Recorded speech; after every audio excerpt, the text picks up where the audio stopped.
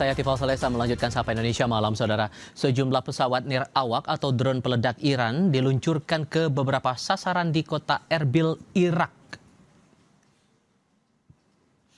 Rekaman yang Anda lihat ini menunjukkan rangkaian serangan drone yang menyasar kota Erbil di wilayah Kurdistan, Irak. Sistem pertahanan udara berhasil mencegat dan menembak 8 drone peledak di dekat konsulat Amerika Serikat dan area bandara. Ledakan-ledakan itu terjadi akibat sistem pertahanan udara mencegat sebuah pesawat nirawak.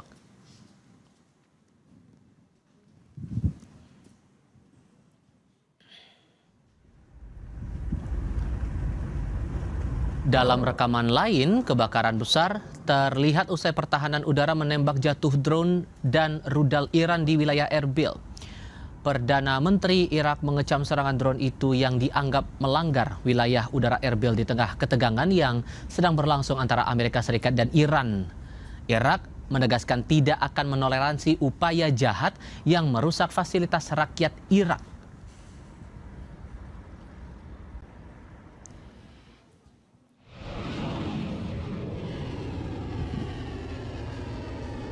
Di lain pihak, militer Amerika Serikat menyatakan pada Kamis dini hari mereka telah mengakhiri gelombang serangan udara terbaru yang menargetkan Iran.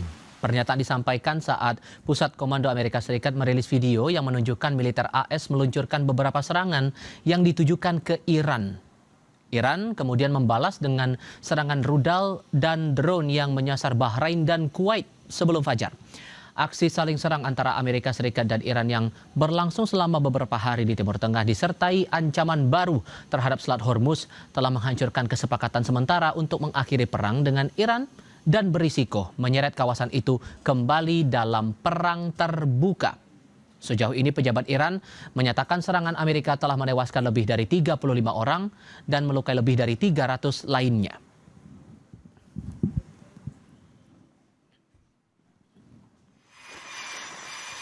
Dalam wawancara terbaru Donald Trump di Fox News Channel, Presiden Amerika Serikat itu mengatakan Amerika berencana akan kembali melancarkan serangan terhadap Iran selama setidaknya 2 hari lagi dan bahwa serangan semacam itu akan terus berlanjut katanya sampai Trump katakan cukup. AS akan mulai menargetkan pembangkit listrik serta jembatan Iran kecuali Iran bersedia duduk bersama untuk bernegosiasi.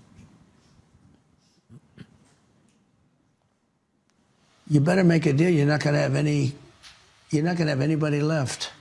We're being very careful with the civilian population, as you know. But I said, you better make a deal. You're not going to have anything left. Ancaman Amerika Serikat memanaskan tensi di Timur Tengah. Trump bilang akan menyerang pembangkit listrik Iran jika Tehran tidak segera mencapai kesepakatan yang diinginkan Washington. Ancamannya tak lagi menyerang fasilitas militer, tapi fasilitas atau infrastruktur vital bagi masyarakat sipil. Apakah rencana serangan AS terhadap infrastruktur Iran ini bisa dibenarkan menurut hukum perang? Saya akan berdiskusi bersama Guru Besar Hukum Internasional dari Universitas Indonesia Hikmahanto Juwana dan Fauzia Cempaka Timur, analis senior Indo-Pacific Strategic Intelligence. Selamat malam semuanya dengan Tifal di sini. Selamat malam, Mas Tifal. Selamat malam, Mas Tifal. Terima kasih semua bergabung dalam diskusi kami kali ini. Mbak Fauzia, makin ke sini tensi kan naik turun ya, intensitas dari perang antara dua pihak ini. Tapi kalau melihat keadaan yang sekarang, saya bilangnya bagaimana ya? Hilalnya makin terang atau masih abu-abu atau gimana Anda melihat itu?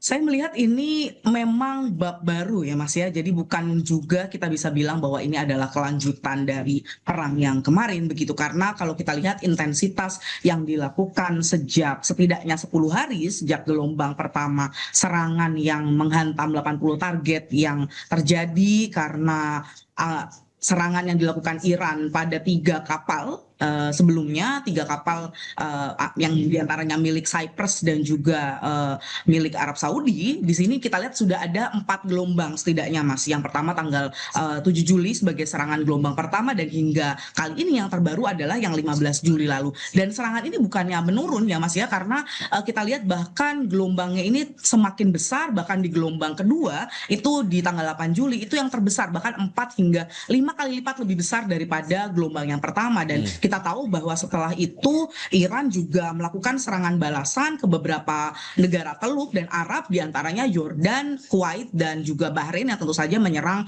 fasilitas di Amerika Serikat. Satu hal yang mungkin saya catat berbeda, Mas, terutama adalah bagaimana Trump mencoba untuk melegalisasi serangan yang dilakukan pada bab kedua ini. Begitu. Jadi berbeda dengan serangan pertama yang bahkan tidak mengirimkan surat atau memberitahu Kongres, saat ini langkah yang diambil oleh Amerika Serikat adalah memberikan surat kepada Kongres untuk mengikuti apa yang disebut dengan New Wars Power Act. Nah, ini yang mungkin menurut saya adalah hal yang berbeda dari bab pertama yang kita tahu pada 28 Februari lalu telah juga dilakukan serangan oleh Amerika Serikat, Mas Bisa Dival. dikatakan seriuskah langkah Trump ini sekarang, apalagi udah mengancam infrastruktur vital yang mau diserang?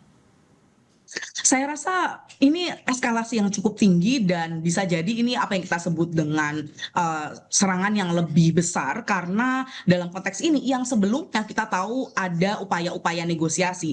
Pada tanggal 28 Juli kita lihat ada 5 kali Mas setidaknya buka tutup Selat Hormuz. Ya. Di antara buka tutupnya itu ada pola negosiasi. Nah, di sini Mas justru kita lihat kedua belah pihak, dari sisi Amerika Serikat sendiri menyampaikan bahwa sudah tidak ada lagi ruang negosiasi kecuali Iran yang menginginkannya. Di sisi Iran sendiri mereka sudah menyatakan bahwa menarik diri dari MOU dan bahkan menyatakan untuk saat ini adalah existential war, yang artinya perang eksistensi atau keberadaan negaranya bergantung pada perang ini saat ini. Oke, kalau Prof. melihat ini ancaman yang serius sampai mau menyerang infrastruktur vital, kelistrikan, jembatan, dan lain-lain itu? Terus terang ini sulit ya untuk saya jawab ya, karena kita tahulah kalau kita bicara Presiden Trump, kadang-kadang beliau mengatakan sesuatu yang nanti ujungnya akan ada upaya untuk tidak melakukan. Ingat pada waktu perang yang terdahulu, waktu itu juga Trump mengatakan bahwa saya akan menyerang jembatan-jembatan vital, kemudian juga pembangkit tenaga listrik. Ya. Bahkan pada waktu itu rakyat Iran sudah mengitari. Mereka mengatakan kami siap untuk mempertahankan jembatan-jembatan, pembangkit listrik. Jadi silakan kalau misalnya mau diserang berarti Anda juga menyerang rakyat sipil. Memang dalam hukum perang sebenarnya yang menjadi target itu adalah instalasi-instalasi militer. Kalau misalnya objek-objek vital itu tidak boleh sebenarnya. Nah, ini tapi Trump mau melakukannya. Nah, ini pertanyaan kita, apakah ini ancaman supaya Iran mau tunduk, yang kita sebut sebagai coercive diplomacy, diplomasi yang dengan paksaan, atau ujung-ujungnya yang sering orang Amerika bilang, Trump always chicken out. Jadi kalau misalnya sudah sampai satu titik, lalu kemudian Trump akan mundur gitu ya. Dia akan takut dengan apa yang sudah disampaikan. Atau jangan-jangan, Prof, sorry saya potong. Atau jangan-jangan ini upaya Trump buat mancing negara sekutunya, sebutlah Israel, buat ikut-ikutan juga di situ?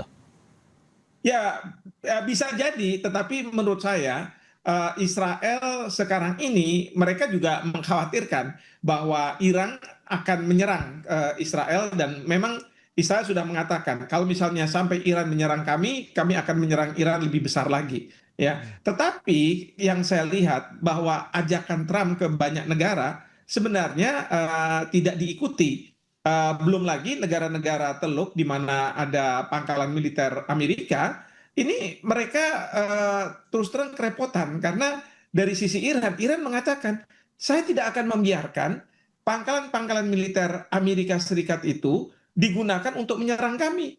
Ya, jadi alasan yang sangat logis kalau kami menyerang pangkalan militer Amerika Serikat di negara Teluk. Kami tidak menyerang negara-negara Teluk, tapi pangkalan-pangkalan militer Amerika Serikat di sana. Nah, ini yang tentu membuat Trump juga kerepotan menghadapi Iran, karena ternyata apapun ancaman yang dilakukan oleh Trump itu sepertinya dilayani oleh Iran gitu ya. Bahkan Iran juga mengatakan kalau kami diserang ya tentu kami akan membalas serangan. Tapi kalau kami tidak diserang ya kami tidak akan melakukan serangan tersebut. Mbak Fauzia, menurut Anda Iran bakal seriusin nggak nih ancaman itu dengan balasan yang lebih serius lagi dalam tanda kutip?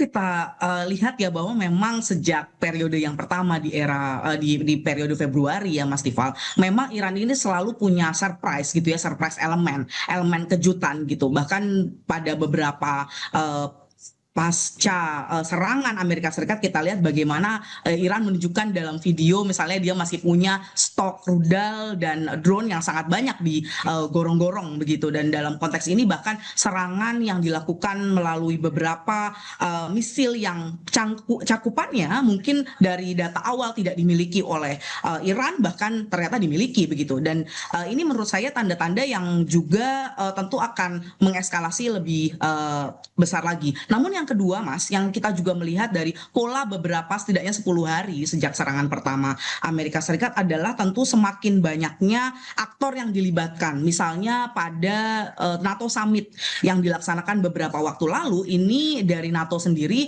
mendukung secara diplomasi apa yang dilakukan oleh Amerika Serikat, dan ini tentu berbeda Mas dari serangan yang di 28 Februari begitu. Bahkan sudah ada statement bahwa secara dukungan begitu, secara diplomasi NATO ini membenarkan karena memang serangan yang dilakukan pada tanggal 7 Juli ini dianggap karena serangan Iran terlebih dahulu pada kapal yang melewati jalur selatan begitu. Meskipun di sisi lain kita juga lihat misalnya pasca kepulangan delegasi Houthi yang melakukan lawatan ke Iran begitu. Nah, kita lihat bahwa bandara Yaman itu juga dibom gitu ya, di landasannya dibom gitu, dan ini kita lihat bagaimana sebenarnya saat ini pihak-pihak yang dilibatkan ini udah tidak lagi semudah dibagi seperti pada periode yang pertama pada tanggal Februari hingga Juni lalu begitu, di mana kita bisa lihat memang aktornya antara Iran, Amerika Serikat dan Israel sangat bisa dipisahkan begitu. Nah, saat ini pihak Irak lalu pihak dalam konteks ini Houthi dan Yaman jika bereskalasi dan menutup bab El Mandeb, maka konsekuensi terhadap energi global akan semakin parah, Mas. Oke, kalau dari pendekatan hukum internasional, Prof, kalau diseriusin nih Trump buat menyerang fasilitas-fasilitas sipil, apa yang bakal ditanggung oleh Amerika? Ya, yang pasti adalah Trump akan dituduh melakukan suatu kejahatan internasional ya, karena ini merupakan pelanggaran terhadap hukum perang. Tapi terus terang, kalau misalnya itu pun dilakukan, kemudian ada pelanggaran terhadap hukum perang, itu bukan berarti hari ini Trump itu langsung bisa dicokok, diadili, dan lain sebagainya. Tidak. Biasanya dalam konteks seperti ini, hukum humanitar internasional baru akan berlaku pasca perang, setelah perang usai. Itu pun kalau misalnya Amerika Serikat akan kalah perang. Tapi kalau dia menang perang, ya dia akan bisa terbebas dari dakwaan-dakwaan layaknya seperti misalnya Perang Dunia Kedua. Saya yakin pada waktu itu serdadu Amerika Serikat ataupun negara-negara sekutu banyak yang melakukan kejahatan perang, tapi karena mereka menang ya tidak akan diadili. Tapi sebaliknya mereka yang kalah perang tentu akan diadili dan kemudian dikenakan sanksi seperti itu. Kalau serang berbalas berbalas narasi dulu lah sekarang ini. Balas narasi Amerika mengancam, kemudian kita belum lihat lagi real dari balasan Iran akan bagaimana. Kalau betul kemudian dua-duanya akan serius menyerang, saling berbalas serangan seperti itu, perang terbuka ini bakal bagaimana eskalasinya? Kalaupun akan terjadi dalam skala yang lebih masif di luar prediksi kita semua, bisakah kemudian kita katakan upaya untuk berunding kedua belah pihak ini sudah jelas mustahil, atau masih bisakah kita berharap dengan segala konsekuensi yang kita tanggung dalam beberapa bulan ini? Kita jawab itu nanti ya. Kita jeda sebentar, saudara. Tetap di Kompas TV. Udah tarik ulur seperti ini, Prof Hik, kita masih bisa berharap nggak ya kalau dua pihak ini bisa berdamai, kembali berunding lagi, atau udah tutup buku nih? Sebenarnya masih bisa berharap, karena apa? Saya monitor Pakistan dan Qatar itu sekarang sedang mengupayakan dengan sangat keras untuk supaya Amerika Serikat dan Iran kembali ke meja perundingan, melakukan kontak-kontak sehingga bisa mengakhiri perang yang sekarang ini sedang bereskalasi. Itu yang pertama. Dan yang kedua, tentu Presiden Trump. Karena begini, serangan ini kalau misalnya tidak dilakukan oleh Amerika Serikat, tentu tidak akan ada balasan dari Iran. Nah, sekarang pertanyaannya adalah apakah Trump akan menghentikan serangan atau tidak. Nah, tentu Trump sekarang ada tekanan di dalam negeri untuk segera mengakhiri perang ini karena banyak masyarakatnya yang tidak setuju. Meskipun mungkin kalau di di Kongres bisa saja Trump masih punya dukungan ya, tetapi dia harus juga berpikir tentang midterm election yang sekarang ini sedang menyiapkan diri karena dari pihak Trump khawatir kalau misalnya nantinya ujungnya Kongres itu akan dikuasai oleh Demokrat dan dia akan di-impeach. Karena sekali lagi kalau misalnya Presiden Trump menghentikan maka akan tidak diteruskan dan kemudian akan masuk ke perundingan. Tapi sekarang ini yang menjadi permasalahan bagi Trump karena sekali dia melakukan serangan ini istilahnya tidak mungkin dia balik kecuali ada sesuatu yang membuat Trump mengatakan bahwa oke, kita tidak akan lagi melakukan serangan. Dan sesuatunya itu adalah kalau dari pihak Pakistan dan Qatar berhasil untuk meyakinkan Iran untuk tidak membalas serangan, lalu kemudian mau duduk di meja perundingan. Soal Hormuz dan masalah nuklir ini kan berkali-kali alot tuh dalam beberapa pertemuan ke belakang. Buat nanti Betul. seandainya masih ada ruang ke arah sana, sealot apa lagi nanti Prof? Kita masih bisa berharap nggak sih? Nah, ini yang jadi permasalahan. MOU yang ditandatangani oleh kedua pihak ternyata terjadi perbedaan penafsiran. Jadi kalau misalnya pasal 5 terkait dengan Selat Hormuz ini, dari sisi Iran mengatakan kami yang punya hak untuk mengendalikan dan itu sudah disetujui oleh Amerika Serikat. Sehingga pada waktu kami melakukan serangan ke tanker, itu karena tanker itu tidak mau mengikuti alur yang sudah kami tetapkan. Tetapi Amerika Serikat mengatakan, oh tidak, Selat Hormuz itu kami yang menguasai. Bahkan kita dengarlah bahwa dari pihak Iran akan mengenakan fee, katakanlah begitu, walaupun itu nanti layanan.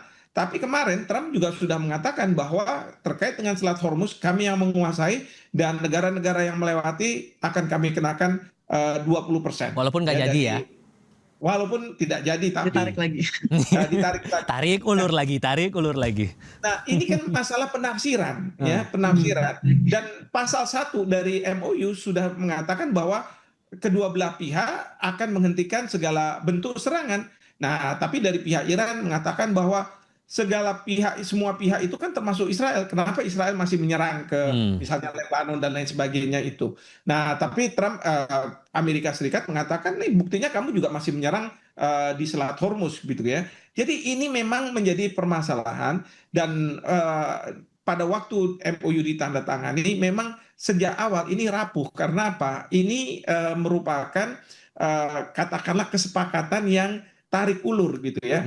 Akhirnya tercapai tetapi sangat fragile, sangat rapuh untuk dimisinterpretasi oleh para pihak. Oke. Itu yang terjadi. Mbak Fauzia, apalagi kita ingat juga Iran kan sudah pernah bilang akan balas dendam kematian Ayatollah Ali Khamenei ini. Kalau sudah sampai begini, AS pun sudah bilang ancamannya ke zona sipil, ujung-ujungnya perang terbuka, seberapa besar potensi itu? Saya rasa ada satu hal, Mas, yang menentukan apakah nantinya akan terjadi perang terbuka atau tidak, yaitu apakah Amerika Serikat sendiri memiliki kemampuan untuk tidak hanya melakukan serangan udara, gitu. Karena kalau kita lihat saat ini yang dilakukan oleh Amerika Serikat adalah melakukan secara besar-besaran serangan udara dengan sudah sampai 4 gelombang, dan yang diserang pun sebenarnya kalau dilihat memang tempat-tempat yang sangat tempat pertahanan A2AD atau akses air begitu, dan senjata yang dimiliki oleh misil dan juga pertahanan yang dimiliki oleh Iran begitu. Dan dalam konteks ini apakah Amerika Serikat sendiri berhasil untuk tidak hanya bertahan di serangan udara jika ini dilakukan, karena ini menjadi problem di perang di Februari hingga Juni lalu gitu, bahwa Amerika Serikat tidak dapat maju ke tahap berikutnya yaitu melakukan serangan darat. Nah, ini yang sebenarnya kita lihat apakah dapat dilakukan oleh Amerika Serikat. Jika iya, tentu eskalasinya akan semakin tidak tertahan begitu ya, Mas ya. Dan itu yang pertama. Yang kedua adalah apakah tadi ancaman yang diberikan terhadap misalnya pengayaan nuklir, infrastruktur nuklir, atau bahkan jembatan dan infrastruktur sipil lainnya benar-benar dilakukan, karena itu sudah merupakan kotak Pandora, Mas Tifal, yang artinya kalau misalnya sudah sekali dilakukan itu akan sangat sulit begitu bagi Amerika Serikat untuk keluar dari perang lagi yang ke bab kedua ini. Karena kalau kita lihat sebenarnya memang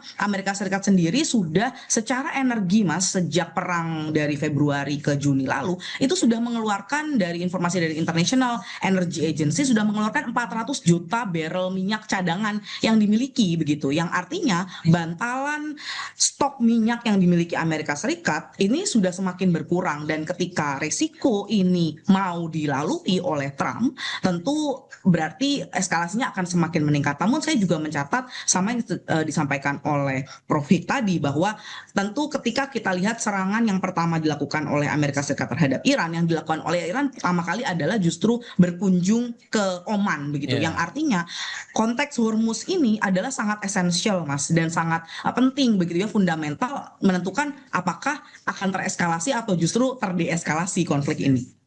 Adakah hal-hal yang membuat kedua belah pihak bakal melonggar sikapnya? Ini kan udah mau 5 bulan perang ini akan berjalan di antara dua belah pihak, tapi masih adakah sisi bahwa kedua belah pihak akan melonggarkan ego masing-masing, Mbak Fauzia?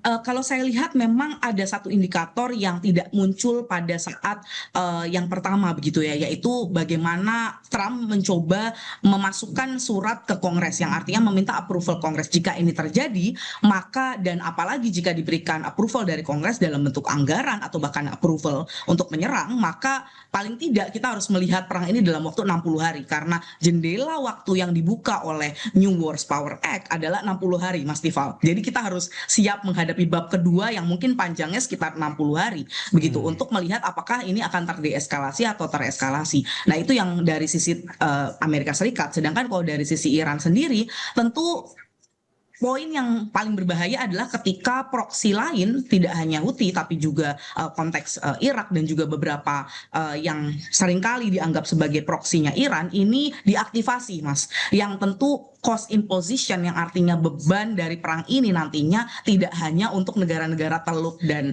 Amerika Serikat dan Israel saja begitu, tapi negara-negara lain dan dunia global harus siap-siap juga menanggung akibatnya, yang bahkan ketika perang ini direaktivasi, di-renew atau direaktivasi kembali, reeskalasi kembali, IMF langsung memperbaiki estimasi pertumbuhan ekonomi global yang sebelumnya 3,5 menjadi 3%. Oke, sehingga Prof. Hik, terakhir untuk Anda, bakal ada yang ngalah nggak di antara dua belah pihak ini? Kalau ngalah sih sebenarnya agak sulit ya, karena ini kalau dari sisi Trump, sebelum isu nuklir bisa terselesaikan, sebelum isu Selat Hormuz terselesaikan, maka dia tidak akan mundur. Karena bagi dia, yang dia janjikan kepada rakyat Amerika Serikat bahwa Selat Hormuz akan dikuasai, lalu kemudian Iran tidak akan memiliki senjata nuklir. Tapi bagi Iran juga sulit untuk dia mundur, karena dia akan mengatakan tidak, Selat Hormuz adalah merupakan sesuatu yang kami kuasai dan kami akan pegang itu terus. Dan yang kedua, terkait dengan nuklir ini, memang Iran mengatakan kalau senjata nuklir memang sejak awal kami sudah tidak lagi memiliki ya, karena pada waktu ada Ali Khamenei sudah ada fatwa. Tetapi masalahnya ada uranium yang sudah diperkaya. Lalu kemudian kalau nuklir untuk tujuan damai kan boleh, kenapa tidak boleh? Nah, ini yang kemudian bagi Iran tidak akan mundur sejengkal pun dari posisinya. Nah, di sini ya memang ujung-ujungnya kita harus lihat nih bagaimana perjanjian perdamaian yang setelah MOU ini dibuat akan mengakomodasi ini semua.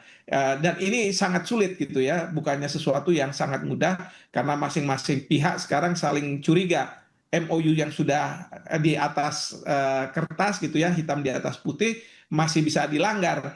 Bukannya tidak mungkin, kalaupun ada perjanjian, nanti perjanjian damai, masalah ini juga bisa meletup lagi. Ya, dugaan saya ujung-ujungnya adalah ya perang akan diambangkan aja seperti kayak Ukraina dengan Rusia, sekali-sekali ada serangan-serangan, tetapi ya sudah seperti ini Iya. apa namanya yang akan terjadi. Tapi itu sangat ya membuat dunia selalu khawatir karena sewaktu-waktu perang itu bisa meletus menjadi besar seperti yang terjadi pada saat sekarang ini. Makanya tidak salah kalau kemudian ada yang bilang soal perang ini yang tahu hanya Tuhan, Iran, dan Amerika Serikat saja yang bisa memahami jalurnya kemudian. Prof. Hik, Mbak Fauzia, terima kasih sudah mau berdiskusi bersama saya kali ini. Selamat malam untuk Anda berdua. Terima kasih.